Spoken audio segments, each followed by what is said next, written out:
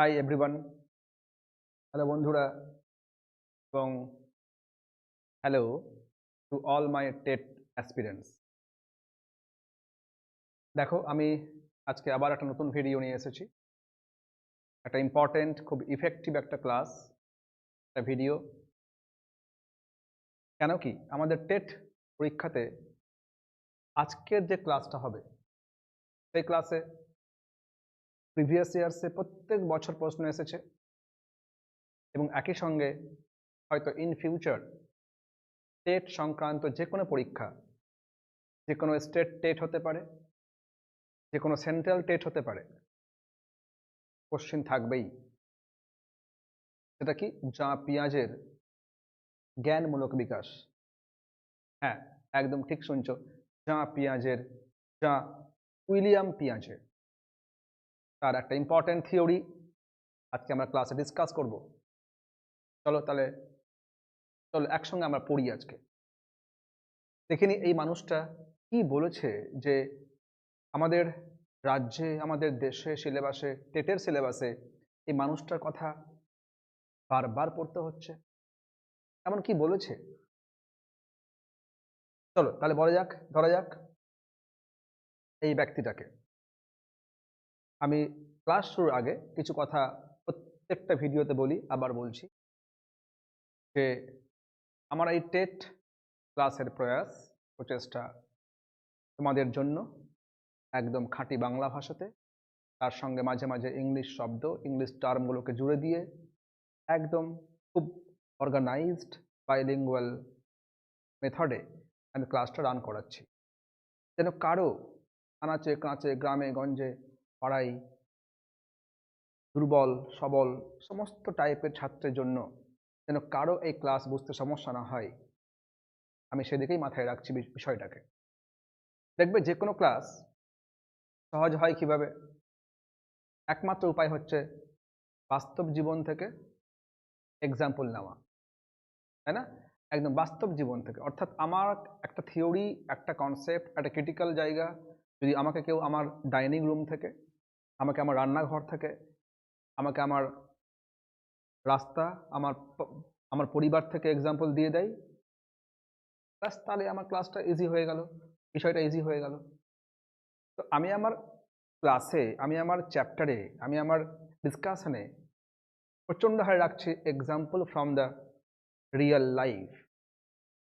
যেগুলো ভিডিও হয়েছে আমার প্রিভিয়াসে, হয়তো তোমরা সবাই দেখেছো আমি কিভাবে প্রচুর প্রচুর এক্সাম্পল নিয়ে খুব সহজভাবে ক্লাসগুলোকে ইজি করছি। আজকেও আমরা যা পেঁয়াজকে এমন দুমড়ে মুচড়ে এই মানুষটাকে আজকে আমরা খাবো, যে উনার এই কঠিন তত্ত্বটা, অনেকে বলে যে নাকি এই তত্ত্বটা বেশ কঠিন লাগে। চলো আজকে আমরা সহজ করবই তো করবই। এনি হাউ, কিছুক্ষণ, মাত্র কয়েকটা মিনিট, হতে পারে 25 মিনিট বা 30 মিনিট, এই ক্লাসটা করলেই আমরা টেটের পরীক্ষাতে এখান থেকে আমরা বেশ কতগুলো নাম্বার কিন্তু কুড়িয়ে আনতে পারব। চলো শুরু করা যাক আজকের ইম্পর্টেন্ট ক্লাস, যা পেঁয়াজের জ্ঞানমূলক বিকাশ।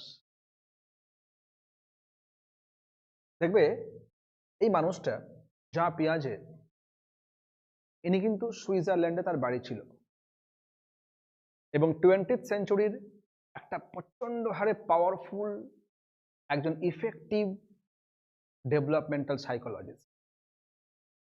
এবং হ্যাঁ, একদিকে ইনি আবার জেনেটিক এপিস্টেমোলজিস্ট। জেনেটিক এপিস্টেমোলজিস্ট শব্দটা কিন্তু বেশ ইম্পর্টেন্ট। এপিস্টেমোলজি, এই টার্মটা খেয়াল রাখবে। এপিস্টেমোলজি খেয়াল রাখো, এই শব্দটা এপিস্টেম থেকে এসছে। এপিস্টেম মানে কি? নলেজ। নলেজ নলেজ উনি কিন্তু তার গবেষণাতে, যখন তিনি তার পিএইচডি পেপার পাবলিশ করছিলেন, তখন তিনি প্রথম বাক্যটাই বলেছিলেন, আই অ্যাম আ জেনেটিক এপিস্টেমোলজিস্ট। কেন জানো তো? যে উনি কিন্তু তার থিওরিতে এটাই দেখিয়েছেন যে একজন শিশু, একজন একজন চাইল্ড কিভাবে তার ডেভেলপমেন্টের সঙ্গে সঙ্গে নলেজকে গেন করে, নলেজকে অর্জন করে, নলেজকে কনস্ট্রাক্ট করে শিশু। তাই উনি কিন্তু দাবি করছেন আই অ্যাম অ্যান এপিস্টোমোলজিস্ট। আর অন্যদিকে উনি কথা বলেছেন শিশুর ডেভেলপমেন্ট নিয়ে, কিভাবে একটা শিশুর জ্ঞানমূলক বিকাশ আস্তে আস্তে ঘটে। এই দুটো বিষয়কে তিনি যেহেতু প্রতিষ্ঠা করেছেন এই পৃথিবীতে, তাই ওনাকে আমরা বলি উনি একজন ডেভেলপমেন্টাল সাইকোলজিস্ট, আর অন্যদিকে জেনেটিক এপিস্টোমোলজিস্ট। দেখবে একটা খুব মজার কথা হলো, এই এই মানুষটা সুইজারল্যান্ডে বসে বসে এমন একটা তত্ত্ব আমাদের দিলেন, জানো তো? এই তার তত্ত্বের যে গবেষণা বা রিসার্চ, উনি এটা, আমরা সবাই জানি যে রিসার্চ করতে গেলে আমাদের স্যাম্পল বা ডাটা নিতে হয়, স্যাম্পল কালেকশন করতে হয়, তাকে স্যাম্পলিং বলে। এই মানুষটা তার থিওরির, অর্থাৎ শিশুর জ্ঞানমূলক বিকাশ কিভাবে হয়, এইটাকে প্রতিষ্ঠা করার জন্য স্যাম্পল হিসেবে নিলেন তারই ছেলে মেয়েগুলোকে। ভাবো একবার, কতটা ডিভোটেড হতে পারে, ডিভোটেড কতটা হতে পারে ডিভোটেড একটা মানুষ নিজের সন্তানকেই ব্যবহার করছে। কেন? যে শিশুকে পর্যবেক্ষণ করার জন্য কে তোমাকে নিজের বাচ্চা দেবে? বাচ্চাকে তো দেখতে হয়, পর্যবেক্ষণ করতে হয়, তাকে সবসময় খেয়াল রাখতে হয়। তাহলে এই ঘন্টার পর ঘন্টা, দিনের পর দিন কোন মা তোমাকে দেবে তোমার ফর রিসার্চ অ্যাজ স্যাম্পল? তো উনি এই প্রবলেমটা ফেস করেছিলেন, তাই তিনি নিজের সন্তানকেই স্যাম্পল হিসেবে বেছেছিলেন। এটা একটা মজার বিষয়। আচ্ছা, তাহলে চলে যাচ্ছে উনার বক্তব্যে, উনার থিওরিতে। দেখবে এই মানুষটা তিনটা কথা বলেছে মেনলি। আমি এই উনার কনসেপ্ট নিয়ে একটু পরে আসছি, আমি এগুলো বলবো। মেনলি কিন্তু উনি তিনটা বিষয়কে ডিসকাস করেছেন। আমি এখানটা তোমাদেরকে বোর্ড ওয়ার্ক করে দেখাচ্ছি ব্যাপারটাকে, অ্যাকচুয়ালি কি তুমি বুঝতে পারবে। দেখো, আমি তোমার সামনে নিয়ে আসছি একটা বিষয়, সেটা হচ্ছে উনার মেন বক্তব্য কি আছে। দেখো, উনি মেনলি কিন্তু বলেছিলেন যে একটা শিশুর তিনটে কনসেপ্ট কি। একটা হচ্ছে জ্ঞান বা নলেজকে নির্মাণ করা, অর্থাৎ ব্যাপারটা কিরকম? জ্ঞানকে নির্মাণ করা, একে বলা হয় কনস্ট্রাকটিভিজম। কনস্ট্রাকটিভিজম, এখানে স্পেলিংগুলো, নির্মিতিবাদ। একটা শিশু কিন্তু শুধুমাত্র আমাদের যারা বড়রা তার ছোট সংস্করণ নয়। উনি বলছেন একজন শিশু কিন্তু জ্ঞানকে সৃষ্টি করে, জ্ঞানকে তিনি অর্জন করে না, সে জ্ঞান নির্মাণ করে। সেও কিন্তু তার মাথা দিয়ে, তার বুদ্ধি দিয়ে জ্ঞানকে নির্মাণ করে, কনস্ট্রাকটিভিজম। নাম্বার 2 দেখবে বিকাশের প্রক্রিয়া। বিকাশের প্রক্রিয়া অর্থাৎ তিনি বলেছেন যে কিভাবে একটা শিশুর জ্ঞানমূলক বিকাশ আস্তে আস্তে করে প্রসেসিং হয়। হ্যাঁ, কিভাবে হয় তিনি দেখাচ্ছেন। আর নাম্বার 3 হচ্ছে তার বিকাশের স্তরগুলো, 4টা স্তর নিয়ে তিনি কথা বলেছেন। 4টা স্তর, আমরা এখানে তার 4টা স্তর পেয়ে যাব। ডেভেলপমেন্টের স্টেজগুলো এখানে পেয়ে যাব, ভিন্ন ভিন্ন প্রক্রিয়াগুলো, যেমন ওই যে স্কিমা, অ্যাসিমিলেশন, অ্যাকোমোডেশন, এইগুলো দিয়ে তিনি বলছেন যে একটা শিশু জ্ঞানকে প্রসেসিং করে। এই তিনটা বিষয় কিন্তু খেয়াল রাখতে হবে এই জাঁ পিঁয়াজের বিষয়কে পড়ার সময়। ঠিক আছে, আমি একটু বলে দিই আর ছোট করে, যে ইনার মূল বক্তব্য হলো একটা শিশু যখন জন্ম হচ্ছে সে কিন্তু জ্ঞানকে নিয়েই জন্মায় না, এখানে সে জ্ঞানকে অর্জন করে, জ্ঞানকে নির্মাণ করে। তাই তিনি এটাই প্রচার করছেন যে একজন শিশু হচ্ছে ক্ষুদ্র ক্ষুদ্র বিজ্ঞানী, দে আর লিটল সায়েন্টিস্টস। ফলে কখনোই কিন্তু বাচ্চাকে আন্ডার এস্টিমেট করবে না। বাচ্চারা সব বোঝে, সব দেখে, সব পর্যবেক্ষণ করে এবং মাথার মধ্যে স্টোর করে। হ্যাঁ, তুমি যেভাবে করো সে ভিন্ন ভিন্নভাবে করে, এটাই পার্থক্য। ও তোমার থেকে পরে জন্ম হয়েছে বলে ও ছোট তা কিন্তু নয়। ও কিন্তু ছোট বয়সে কিন্তু জ্ঞানের দিক থেকে সে কিন্তু ভিন্নভাবে তোমার সামনে প্রেজেন্ট হয়ে আছে, এটা মাথায় রাখবে। ফলে প্রত্যেকটা শিশুকে শ্রদ্ধা করো, সম্মান করো, ইম্পর্টেন্স দাও। শিশুরা কিন্তু একদিন তোমারই একটা রূপ, খেয়াল রাখবে। তো ফের তাহলে কি, তাহলে খেয়াল রাখতে হবে উনি বলছেন একজন শিশু বিজ্ঞানী, একজন শিশু জ্ঞানকে নির্মাণ করে। একজন শিশু যেভাবে জ্ঞানকে নির্মাণ করে তার একটা প্রক্রিয়া আছে, খেয়াল রেখো। এবং খেয়াল রাখতে হবে যে একজন শিশু কিন্তু আমাদের ক্ষুদ্র সংস্করণ নয়, তোমার থেকে ছোট নয়। ও বয়সে ছোট, কিন্তু জ্ঞানের দিক থেকে তুমি যেভাবে ভাবছো যে একই বিষয়কে জাস্ট ডিফারেন্টলি ভাবছে। ঠিক আছে, এটা খেয়াল রাখতে হবে। আচ্ছা, আমি এবারে চলে আসি। উনি বলছেন যে একটা শিশুর যে জ্ঞানমূলক বিকাশ হচ্ছে, মানে উনার মেন বক্তব্য ছিল, উনি যখন পিএইচডি শুরু করলেন, উনার মেন বক্তব্য ছিল উনি পৃথিবীতে বিখ্যাত হয়ে আছেন কেন, একটা বিষয়ে কি, উনি মেনলি কিন্তু ভাবতে শুরু করলেন যে শিশুরা কিভাবে জ্ঞানকে নির্মাণ করে এবং তাদের ডেভেলপমেন্ট, এই জ্ঞানমূলক ডেভেলপমেন্টটা কিভাবে হয়, এটাই তার ছিল মেন গবেষণার বিষয়। এবং তিনি এইটা করতে গিয়ে, তার রিসার্চ করতে গিয়ে দেখছেন যে একজন শিশু মেনলি দুভাবে জ্ঞানকে অর্জন করে। কি, দুভাবে কিন্তু তার জ্ঞানকে সে অর্জন করে বা নির্মাণ করে। একটা হচ্ছে, খেয়াল রাখতে হবে, অ্যাডাপ্টেশন। অ্যাডাপ্টেশন তাকে বাংলায় বলা হয় অভিযোজন। আর একটা হচ্ছে অর্গানাইজেশন। তাহলে স্যার স্কিমা কোথায় গেল?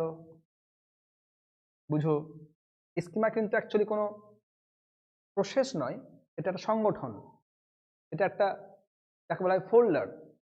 তো ফলে আমি একটু পরে আসছি, কিন্তু তিনি মেনলি মূলত তিনি বললেন একটা বাচ্চা কিন্তু প্রথমত নিজেকে মানিয়ে নিচ্ছে পরিবেশের সঙ্গে, মানাচ্ছে উইথ দ্য এনভায়রনমেন্ট, এবং যা সে সঞ্চয় করছে, যা অর্জন করছে, যা নির্মাণ করছে, সে কিন্তু ওটাকে অর্গানাইজড করছে, সুসংগঠিত করছে। এইভাবে একটা বাচ্চা কিন্তু জ্ঞানকে নির্মাণ করে, জ্ঞানকে অর্জন করে। এইভাবে আস্তে আস্তে করে একটা শিশু, সে তার জন্ম হওয়ার পর থেকে তার যৌবনকাল অবধি বা তার আরো পরে অবধি, উইথ প্রসেস সে কিন্তু জ্ঞানকে কনস্ট্রাক্ট করে। আচ্ছা, তাহলে দেখবে, আর এই যে অ্যাডাপ্টেশন আছে, এর আবার দুটো পার্ট। কি কি? একটা হচ্ছে অ্যাসিমিলেশন, যাকে আমরা বাংলায় বলি আত্মীকরণ। আর একটা হচ্ছে অ্যাকোমোডেশন, যাকে আমরা বাংলায় বলছি সহযোজন। দেখে নাও, একটা অ্যাডাপ্টেশন, এর দুটো ভাগ, একটা অ্যাসিমিলেশন আর অ্যাকোমোডেশন। আত্মীকরণ, সহযোজন, এর বাংলা অভিযোজন, আর এটা হচ্ছে সাংগঠনিকরণ। এই কতগুলো কনসেপ্টকে আমাদেরকে বুঝতে হয় পরীক্ষা হলের জন্য। উনি তো বলেছেন একটা শিশু কিভাবে জ্ঞানকে ডেভেলপ করে, উনি বলে চলে গেছেন। ঠিক আছে, এবার উনার এই বক্তব্যটা যখন ফেমাস হয়ে গেল, সত্যি তো এইভাবেই বাচ্চারা জ্ঞানকে বিকাশ করে, জ্ঞানকে ডেভেলপ করে। তার এই জ্ঞানমূলক বিকাশ চ্যাপ্টারটা, বিষয়টা, গবেষণাটা ফেমাস হয়ে গেল। আমাদের দেশ, আমাদের রাজ্য, তার সঙ্গে সঙ্গে অনেক দেশে কিন্তু এটা চলে আসছে আমাদের যে একটা পরীক্ষার সিলেবাসে। ভাবো কতটা ইম্পর্টেন্ট, ইফেক্টিভ একটা রিসার্চ। ফলে আজকে আমরা বুঝবো এই স্কিমা কি আর বাকি এই কয়েকটা কনসেপ্ট। মন দিয়ে শুনবে, দেখে নাও। আচ্ছা, দেখবে আমি প্রথমে চলে আসছি স্কিমাতে। এটা কি অ্যাকচুয়ালি, দেখে নাও। স্কিমা, দেখো আমি তো প্রথমেই বলে দিচ্ছি যে অ্যাকচুয়ালি স্কিমা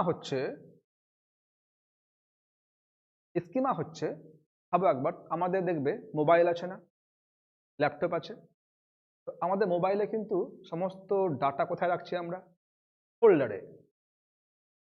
ঠিক একইভাবে আমাদের এই ব্রেনটা, এই মাথাটা একটা মোবাইল। এবার এই মোবাইলে সমস্ত ডাটা, ইনফরমেশন, নলেজ আমরা কোথায় রাখছি? ফোল্ডারে। এই ফোল্ডারটা হচ্ছে স্কিমা। আরো সহজ করি, ভাবো তুমি প্রথমবার আমাকে দেখলে, তাহলে দেন দেয়ার কিন্তু তোমার মধ্যে আমার সম্পর্কে একটা ফোল্ডার তৈরি হয়ে গেল, এটা স্কিমা। তারপরে তুমি আজকের পর থেকে তুমি আমার সম্পর্কে যা যা শুনবে, তুমি আমাকে যেভাবে যেভাবে দেখবে, সমস্ত তথ্যগুলো, ডাটাগুলো তোমার এই আমার আমার দ্বারা সৃষ্ট যে ফোল্ডার, মানে আমার যে ফোল্ডারটা, সেখানেই কিন্তু অ্যাড হবে। আরো এক্সাম্পল নিচ্ছি, ধরো তুমি প্রথমবার একটা শিম্পাঞ্জি দেখলে। শিম্পাঞ্জি আমরা খুব কম দেখি, এটা এখন দেখাই যায় না হয়তো। তো তুমি দেখলে প্রথমবার, তাহলে দেন দেয়ার তোমার ব্রেনে কিন্তু শিম্পাঞ্জির ফোল্ডার বা স্কিমা তৈরি হয়ে গেল। তারপর থেকে তুমি যতবার স্কিমা পড়বে, শুনবে, দেখবে, আর তথ্যকে তুমি অ্যাটেন্ড করবে, ওই শিম্পাঞ্জির ফোল্ডারেই, শিম্পাঞ্জির স্কিমাতেই ওগুলো অ্যাড হবে।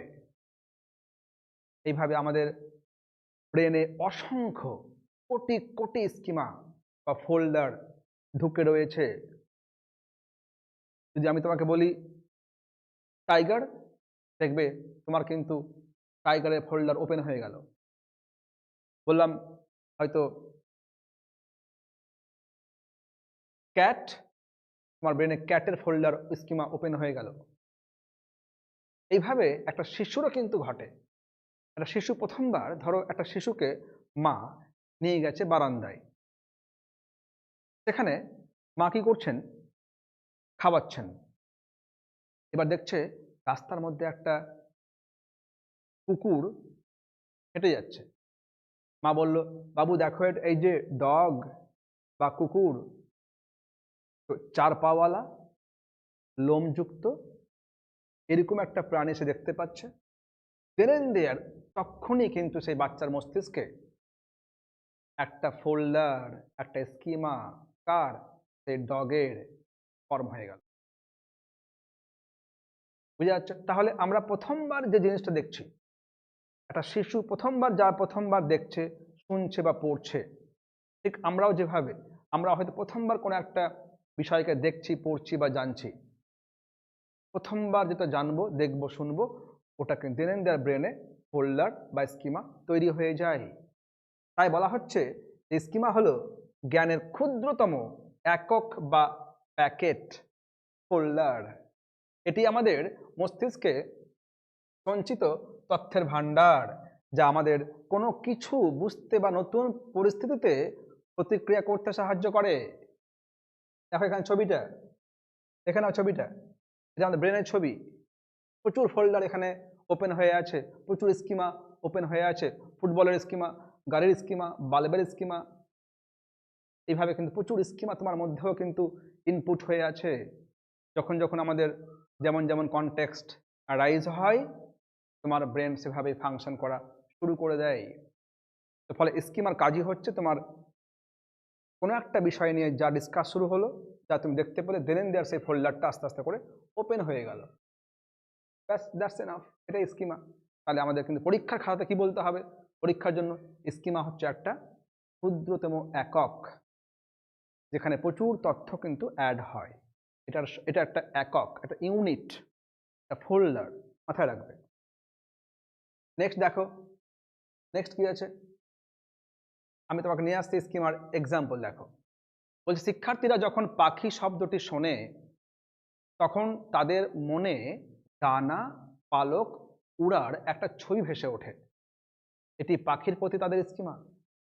একটা পাখি উড়ে যাচ্ছে, দেখছে পাখি এইভাবে উড়ছে, ডানা মেলছে, এরকম একটা অ্যানিমালকে সে কি ভাবছে? বার্ড। একটা জীবকে ভাবছে পাখি বা বার্ড।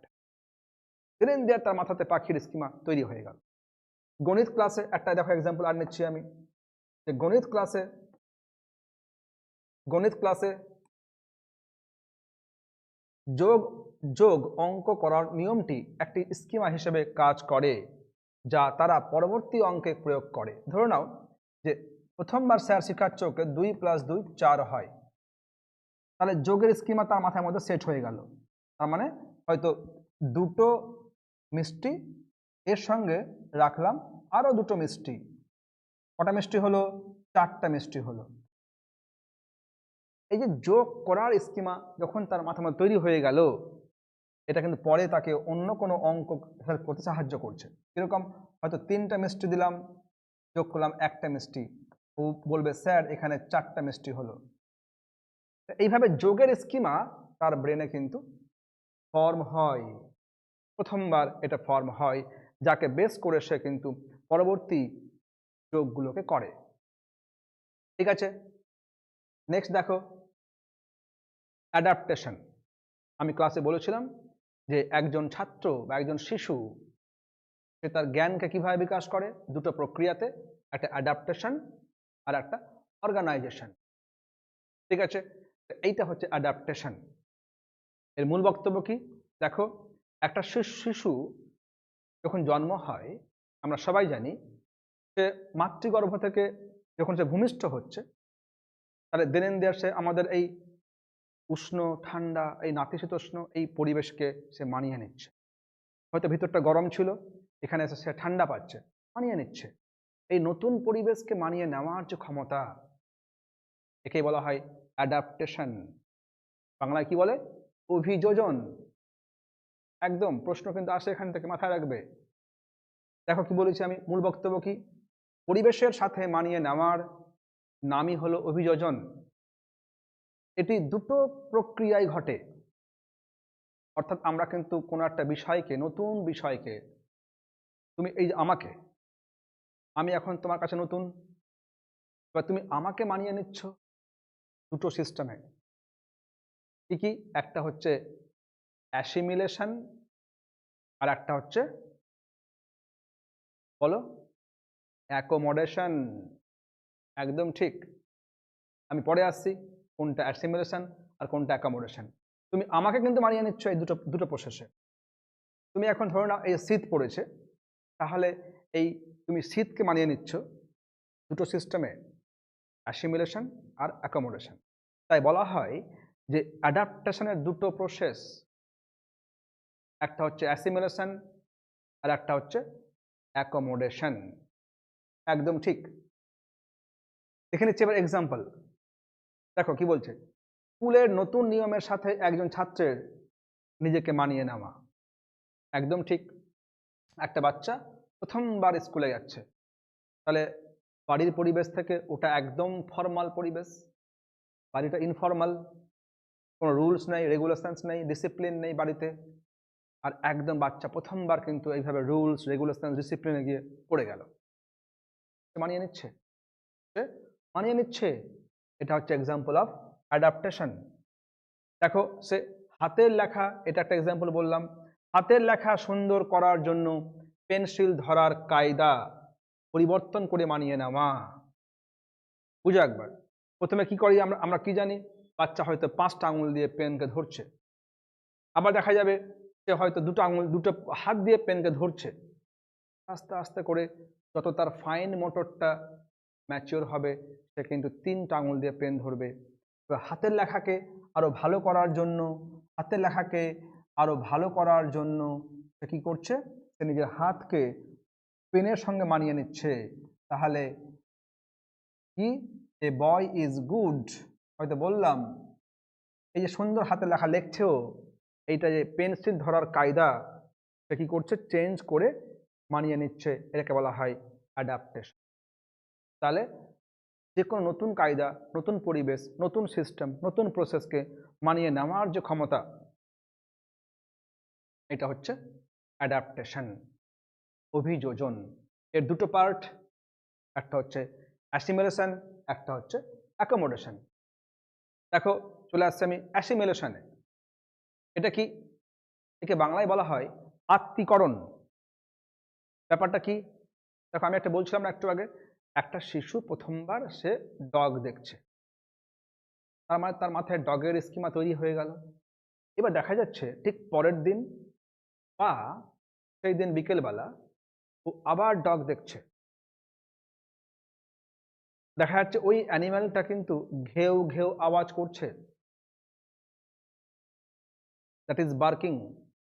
তাহলে কি সেই ঘেউ ঘেউ আওয়াজ যে করে সেই অ্যানিম্যালটা, এই ঘেউ ঘেউ আওয়াজ যে করে, এই যে নলেজটা সেই তার ডগের স্কিমাতেই পুট হয়ে গেল।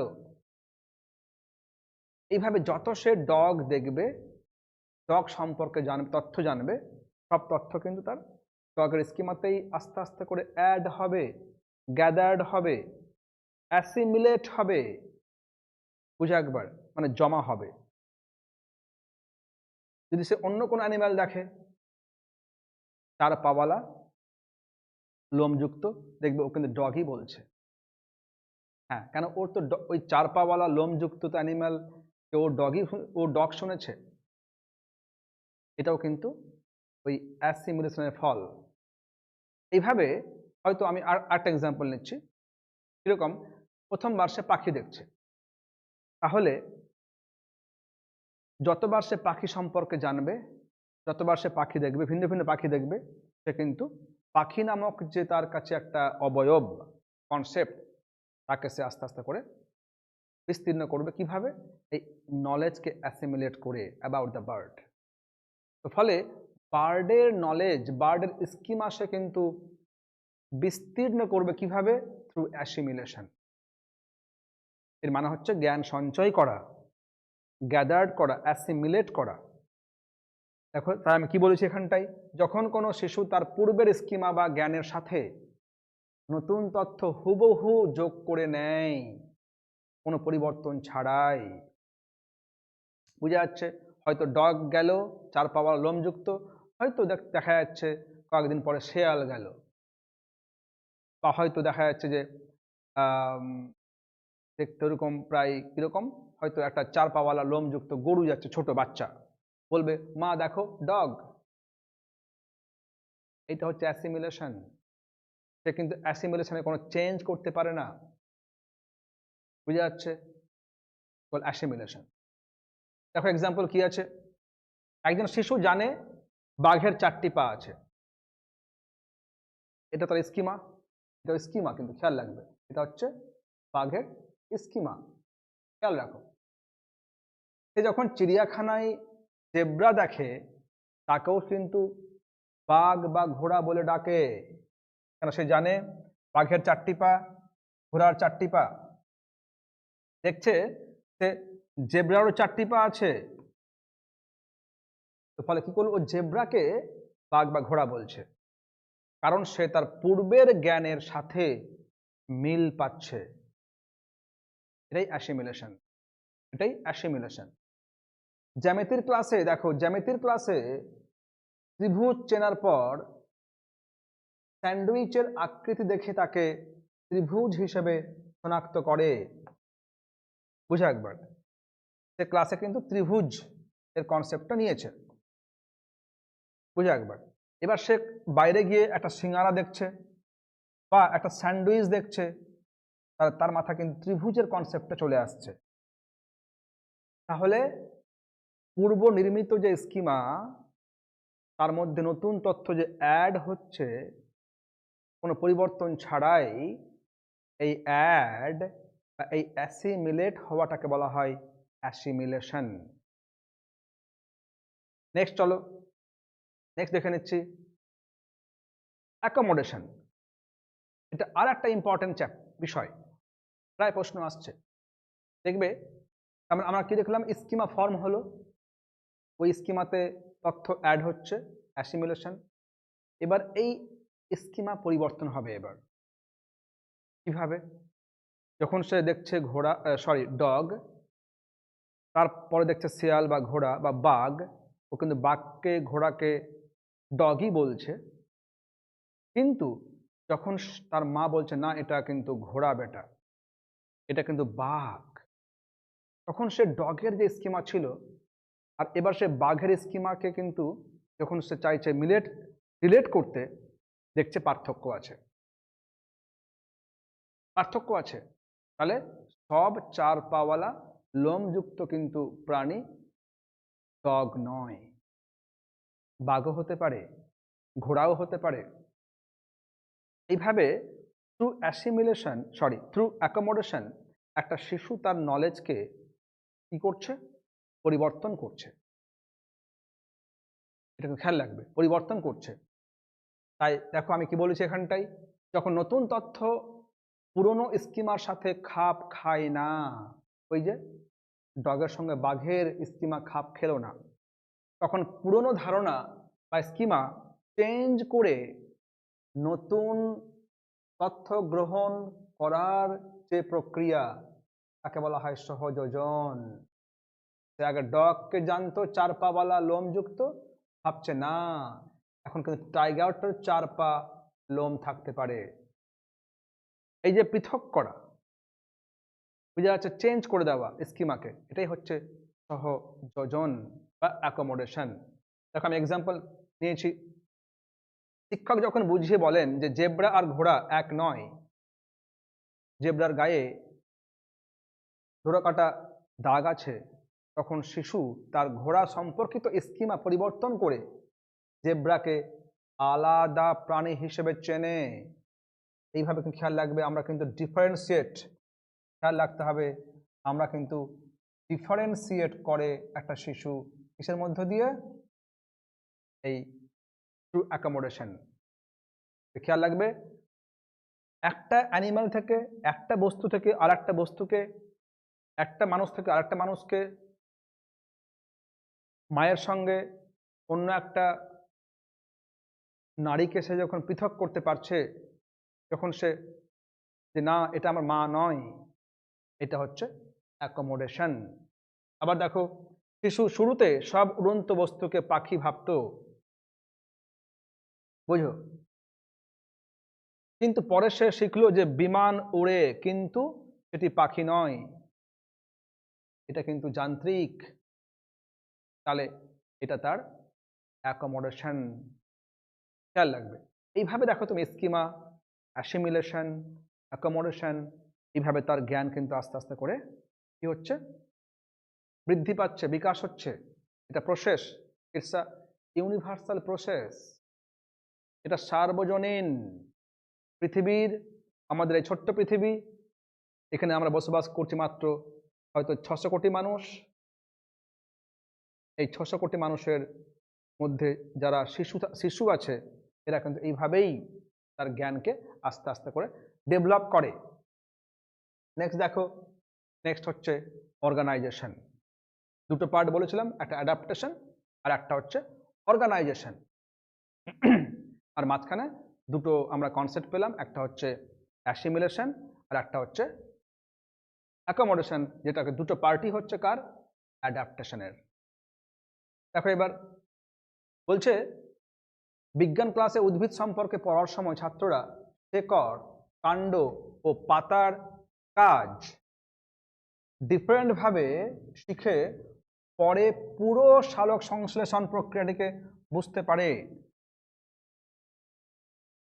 আমরা কিরকম, আমি আর ছোট্ট একটা এক্সাম্পল দিই। অ্যাকচুয়ালি এইটা হচ্ছে সহজ ভাষাতে, যখন শিশু জ্ঞানকে অর্জন করে চেষ্টা করছে, দেখো স্কিমা তৈরি করছে, স্কিমাকে বাড়াচ্ছে থ্রু অ্যাসিমিলেশন, ওখান থেকে সে ডিফার করতে পারছে। এবার সে কিন্তু যে কোনো কাজকে, যে কোনো নলেজকে, এবার সে কী করছে, কোনো কোনো জটিল বা প্রবলেমেটিক কাজকে সে সমাধান করতে পারে। কীরকম, ধরে নাও যে একটা বাচ্চা কিন্তু যখন কাগজের পাতা উল্টাই, এটা এক্সাম্পল অফ অর্গানাইজেশন। যখন সে লিখছে 3টা আঙুল দিয়ে, এক্সাম্পল অফ অর্গানাইজেশন। আমরা কোনো একটা জটিল কাজকে যখন সে সম্পাদন করতে পারছে, তখন সে অর্গানাইজড। এখানে কি করে, এখানে সে মিল খুঁজতে চেষ্টা করে, সে কম্পেয়ার করে, সে দেখবে সে বিমূর্তভাবে বিষয়টাকে ভাবতে পারে, তার আগে পরে ভাবতে পারে। This is organisation. আমি তাই কি করেছি, যে একাধিক স্কিমা বা তথ্যকে সুসংহত করে, মানে অর্গানাইজড করে একটা জটিল মানসিক কাঠামো তৈরি করার প্রক্রিয়া এই সাংগঠনিকরণ। এটি বিচ্ছিন্ন তথ্যগুলোকে এক সূত্রে বাঁধে। তাহলে কিভাবে কলম ধরতে হয়, ওই যে বলছিলাম যে প্রথমে ডগ দেখলো, স্কিমা, ডগের সম্পর্কে অনেক তথ্য জানলো, অ্যাসিমিলেশন, ডগের সঙ্গে ঘোড়াকে বাঘকে ডিফার করতে পারলো, এটা কি, এটা হচ্ছে অ্যাকোমোডেশন। এবার দেখো তুমি যত বাঘ ঘোড়া পাখি, সরি, বাঘ ঘোড়া কুকুর ক্যাট এলিফ্যান্ট জেব্রা দেখছে, একটা সময় ভাবলো এরা সবাই অ্যানিম্যাল, অর্গানাইজড হয়ে গেল নলেজ। এবার সে অ্যানিম্যাল ভাবছে সবাইকে অ্যানিম্যাল এরা, এবার অ্যানিম্যাল থেকে a dog, A cat, a rat, A bat, elephant, tiger খাবো। তাহলে এই যে প্রক্রিয়াটা সে যেভাবে করলো, একে বলা হয় অর্গানাইজেশন। এইভাবে একটা শিশু তার জ্ঞানমূলক বিকাশের প্রক্রিয়াকে আস্তে আস্তে করে বাড়িয়ে নিয়ে যায়, আর শেষে হচ্ছে অর্গানাইজড হয়ে যাওয়া। একদিন দেখলো প্রথমে পায়রা, তারপরে ঈগল, তারপরে কাক, দেখার পরে ভাবছে এরা সবাই পাখি। আচ্ছা সবাই পাখি, কিন্তু পায়রা অন্য পাখি, কাক অন্য পাখি, ঈগল অন্য পাখি, প্রত্যেকটা কিন্তু ফিচার্স সে বুঝতে পারছে, প্রত্যেকটা প্রিন্সিপাল সে বুঝতে পারছে। এইভাবে সে একদিন অর্গানাইজড হয়ে যাচ্ছে, একে বলা হয় সাংগঠনিককরণ। খেয়াল রাখবে, এটা আর একটা ইম্পর্টেন্ট চ্যাপ্টার। এবার দেখবে আমাদের, আমি এবার আমার পুরো ক্লাসটাকে একবার জিস্ট করে নিচ্ছি। আজকের আমার এই ভিডিওতে আমরা কি শিখলাম দেখো, হয়তো অনেক এক্সাম্পল খুব সহজ লেগেছে, বারবার শুনলে তুমি যদি স্কিপ না করো পুরো ক্লাসটা তোমার কাছে একটা অর্গানাইজড হয়ে যাবে। তোমার জ্ঞানমূলক বিকাশ এই পেঁয়াজের উপরে দেখবে পুরো ক্লাস শোনার পর অর্গানাইজড হয়ে যাবে। ঠিক আছে, আজকে আমরা কি শিখলাম সাম আপ করি। এবার আজকে আমরা শিখলাম পেঁয়াজের জ্ঞানমূলক বিকাশ কিভাবে আস্তে আস্তে করে প্রসেসিং হয়। তার দুটো পার্ট, একটা হচ্ছে অ্যাডাপ্টেশন, একটা অর্গানাইজেশন, আর এদের মধ্যে একটা সুন্দর কনসেপ্ট আছে, সেটা হচ্ছে স্কিমা। ঠিক আছে, তাহলে স্কিমা, অ্যাডাপ্টেশন, তার দুটো পার্ট, একটা হচ্ছে অ্যাসিমিলেশন, অ্যাকোমোডেশন আমরা জানলাম, আর জানলাম সবশেষে অর্গানাইজেশন। এই চারটা এবং স্কিমা পাঁচটা, এই পাঁচটা কনসেপ্ট যদি আমরা খুব ভালো করে বারবার শুনে শুনে উইথ এক্সাম্পল, দেখো আমি কতগুলো এক্সাম্পল নিয়েছি তোমাদের সামনে, সবটা আমাদের নোন এক্সাম্পল। এই এক্সাম্পলগুলো আমাদের সহজ করছে পুরো কনসেপ্টটাকে ক্লিয়ার করতে। দেখবে আমরা কিন্তু অবশ্যই কামিং যে কোনো টেট পরীক্ষাতে একটা প্রশ্ন পাবো এবং প্রশ্ন সলভ করতে পারবো। প্রশ্ন আসতে পারে কিভাবে, একটা এক্সাম্পল দিচ্ছি। ওইটা বলা হলো, একটা প্রশ্ন নিচ্ছি, যে বলছে যে আপনি একজন ক্লাস 4 এর গণিত শিক্ষক, আপনি ক্লাসে প্রথমবার দেখাচ্ছেন ভাগ চিহ্ন, শিশুরা সবাই আপনার ভাগ চিহ্নটাকে শিখলো। এই যে প্রথমবার ভাগ চিহ্ন শিখলো, এটি নিচের পেঁয়াজের মতে কোন ধারণাটি? Option A schema, option B assimilation, option C accommodation, option D organisation. উত্তরটা কি হবে? উত্তরটা হবে এ নাম্বারটা, একদম ঠিক। কেন? সে প্রথমবার ভাগ চিহ্ন দেখছে। প্রথমবার যে কোনো জিনিস দেখা, শোনা, পড়া, জানা, এটা একটা ফোল্ডার। তাহলে আজকের ক্লাসটা এখানেই থাকলো। এই পেঁয়াজের পরবর্তী পার্টটুকু, অর্থাৎ পেঁয়াজের যে আরেকটা ইম্পর্টেন্ট জায়গা আছে, ডেভেলপমেন্টাল স্টেজগুলো, তার 4টা স্তর আছে। আমি সেই স্তরগুলোকে খুব ভালো করে, ইউনিভার্সাল যে স্তরগুলো আছে আর যেটা শিক্ষামূলক স্তরগুলো আছে, আমি ভালো করে এক্সাম্পল আকারে নেক্সট ভিডিওতেই নিয়ে আসছি। তাহলে টাটা বাই এভরিওয়ান, তোমরা সবাই ভালো থেকো।